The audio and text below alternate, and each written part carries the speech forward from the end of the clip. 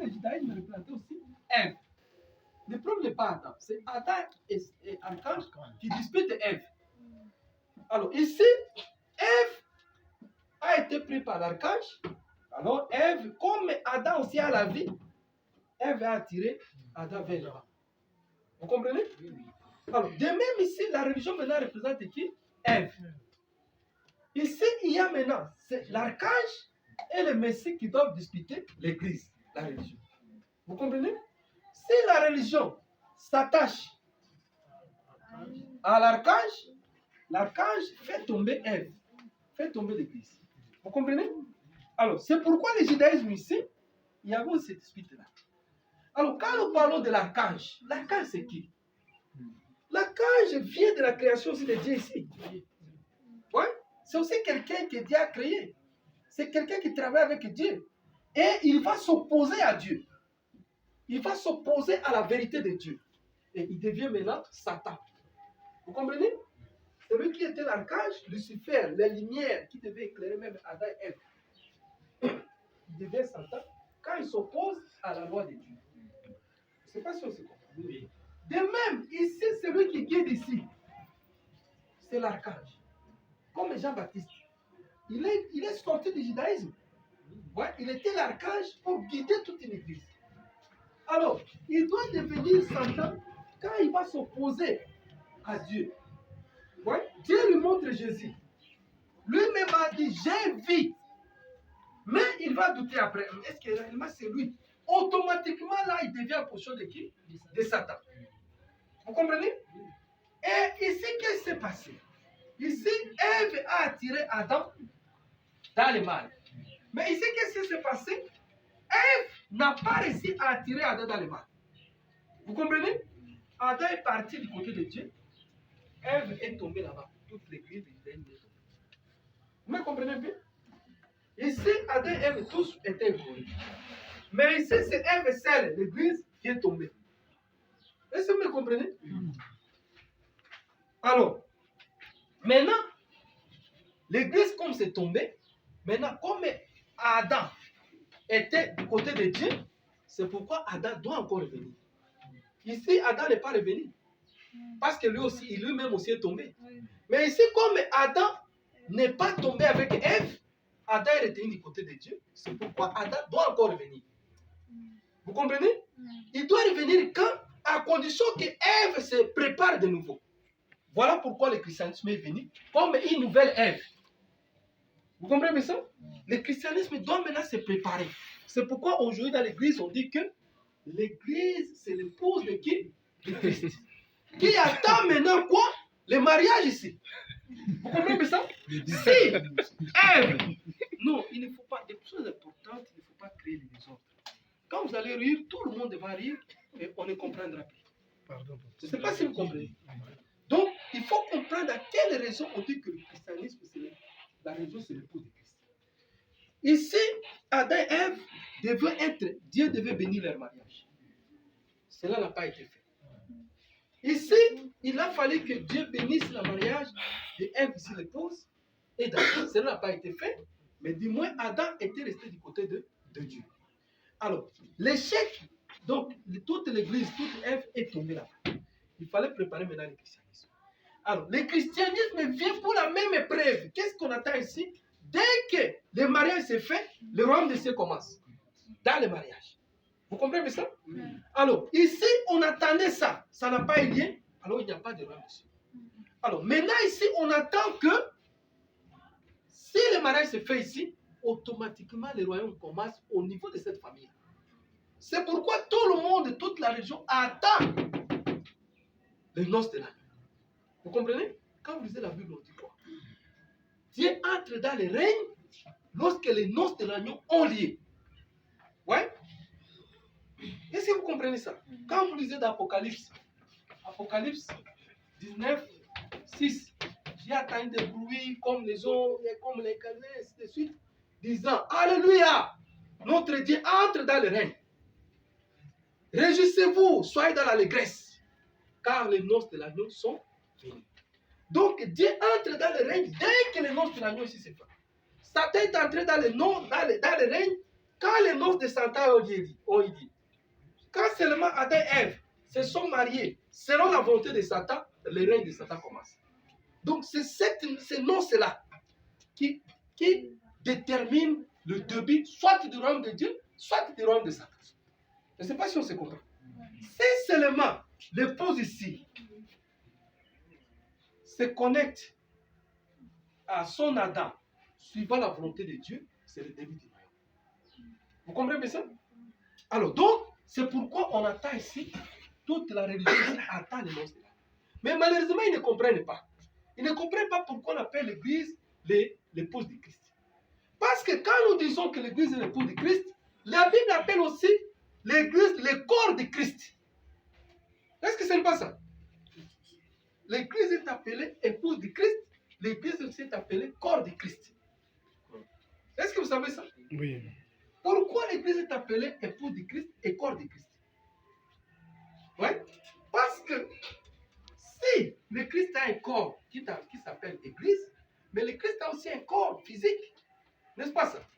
Alors, si l'église doit être, si l'église, le Christ aussi peut avoir l'église comme épouse, il doit aussi avoir une épouse par rapport à son corps physique. Je ne sais pas si on se comprend. C'est-à-dire que le Christ a deux corps. Corps physique. Vous voyez ça? Comme Jésus avait son corps physique. Mais le judaïsme était aussi son corps. Vous comprenez? Alors, il avait aussi le corps spirituel, qui est l'église. Ouais. Alors, le corps physique doit avoir aussi une épouse physique. Vous voyez ça? Et le corps spirituel doit avoir aussi une épouse spirituelle. C'est pourquoi l'église est à la fois corps et à la fois épouse. Parce que le Christ église comme étant corps de Christ, doit avoir aussi épouse église. Vous comprenez ça? Et comme le corps physique doit avoir aussi épouse corps physique. Mais ici dans le christianisme, on se limite seulement au niveau de comprendre que l'ici n'aura que c'est l'église qui sera son épouse. Il y aura seulement à Russie, il y a Kanisa. N'est-ce pas ça? Donc on ne sait pas qu'il y aura aussi une épouse physique pour le Christ. Je ne sais pas si vous comprenez ça. Alors, pourquoi on doit avoir l'épouse ici? Parce qu'il y a un mécanisme. Comme nous avons dit que, ici, le royaume commence à partir Dieu créé par l'amour. C'est l'amour qui crée tout. C'est l'amour qui crée la vie. Vous comprenez? Si l'amour qui est ici, c'est l'amour de Dieu, ça va créer aussi la vie de Dieu. Or, dans l'amour, il y a 4 dimensions. Il y a l'amour filial, il y a l'amour fraternel, il y a l'amour conjugal et l'amour parental. Et l'amour qui crée, c'est l'amour conjugal. Vous comprenez ça? Si l'amour conjugal qui crée ici se trouve du côté de Dieu, ça crée la vie du côté de Dieu. Si l'amour conjugal qui crée ici se trouve du côté de Satan, ça crée la vie du côté de Satan. C'est pourquoi l'amour conjugal qui était au premier Adam, c'était l'amour conjugal qui était du côté de Satan et ça a créé la vie satanique. Et l'amour lié à la vie crée le lignage. Et le lignage satanique a été mis en place. Et les dons de Satan étaient multipliés. Alors, ici, quand l'amour ici, Ève, est unie à Adam, centré sur Dieu, l'amour est centré sur Dieu, ça va créer aussi une vie centrée sur qui? Sur Dieu. Vous comprenez? Et cette vie associée à l'amour, ça donne le lignage de qui? De Dieu. Alors, le monde de Dieu commence. Et c'est ce monde-là qui doit aller de la tradition familiale jusqu'au système mondial.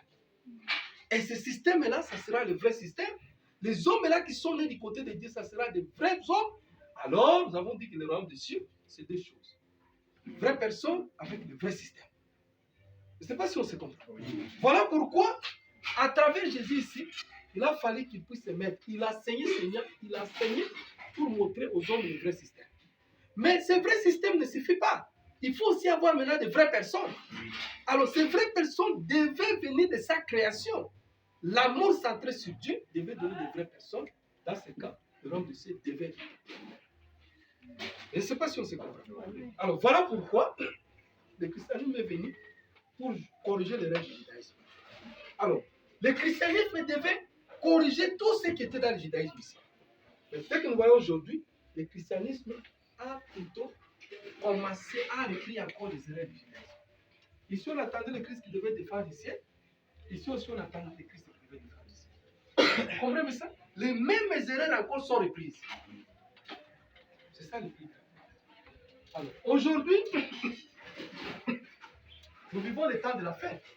Tout le monde, c'est pourquoi j'ai intitulé ici le temps de la fête. Tout le monde aujourd'hui parle du temps de la fête. Or, je vous ai expliqué que le temps de la fête est caractérisé par les signes. Ces signes-là, ce sont les signes qui accompagnent le Messie. On est dans le port, on a les mouches qui montent. Vous la pitez, la mouche, oh! Qu'est-ce que vous allez dire? C'est un signe qui montre quoi? Il y a soit des caca là-bas. N'est-ce pas ça? Alors toi qui vois les mouches, tu dis, ah, voilà, t'as nyamba, ça ça y est. Est-ce que vous êtes intelligent? Vous comprenez? C'est ce que c'est pas dans le christianisme aujourd'hui. On voit les signes, on dit, ah, le Messie va maintenant venir. Vous comprenez ça? On voit les signes où les mouches montent et disent, ah, attends, nyamba, est-ce qu'on est intelligent? Vous comprenez? Quand vous voyez les signes, vous devez comprendre que il y a déjà quelque chose là. Mais les Juifs, c'est la même erreur que les Juifs avaient commise. Ils ont vu les signes, ils ont dit, bon, le Messie va venir. Mais les signes là, qui amène ces signes? C'est le Messie, la présence du Messie. Ce sont les signes qui accompagnent le Messie. Vous comprenez ça?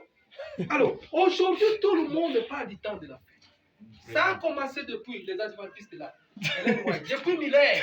Ils ont vendu les biens. Depuis Miller. Vous connaissez Miller? Je ne sais pas si vous connaissez Miller. Vous ne connaissez pas J'ai Miller? déjà entendu parler, mais je ne les connais pas. Donc, vous ne connaissez pas l'église adventiste. Depuis longtemps, depuis Miller, que le premier a parlé de la venue de Messie. Il a dit non. Il a fait des calculs sur la venue de Messie. Et puis les calculs ont échoué. Quand les calculs ont échoué, les gens se sont éparpillés. Adventiste. Adventiste veut dire quoi? Adventiste veut dire quoi? Ça veut dire quoi? Ça veut dire quoi? Ça veut dire que c'est ceux qui ne sont pas avec eux. C'est ça. Ce sont les gens qui sont mis à l'écart pour attendre le Messie. Vous comprenez ça? Donc, ils disaient non, nous ne sommes pas comme les autres, nous sommes à l'écart. Vous comprenez ça? Donc, depuis Miller, il a dit, lui, il est venu, comme Jean-Baptiste disait, répandez-vous. Il a fait des calculs, il a trouvé que le calcul devait tomber en 1844, le Messie devait être ici. 1844 arrive, il n'y a rien. Vous comprenez? Alors, comme il n'y avait rien, les gens se sont éparpillés. Alors, Miller, ouais, il y avait plutôt, il y avait maintenant M. White. Hélène, c'est l'épouse. White, c'est le mari. Mais ce White maintenant va rassembler ces gens ici. Ils ont dit non. Il ne faut pas, ce n'était pas une erreur. Si Dieu a révélé, mais Miller, ça doit avoir des significations. Regroupons-nous seulement, prions Dieu. Dieu va montrer quelque chose. C'est ainsi qu'en 1875, sera née la fille ici que nous appelons White. Hélène. C'était une petite fille. Lui, là, va dire que non, Dieu m'a révélé des choses. Vous comprenez? Et réellement, il commençait à prêcher des choses extraordinaires. Alors, comme il commençait à prêcher des choses extraordinaires, l'Église va dire non, celle-ci doit être l'épouse de White.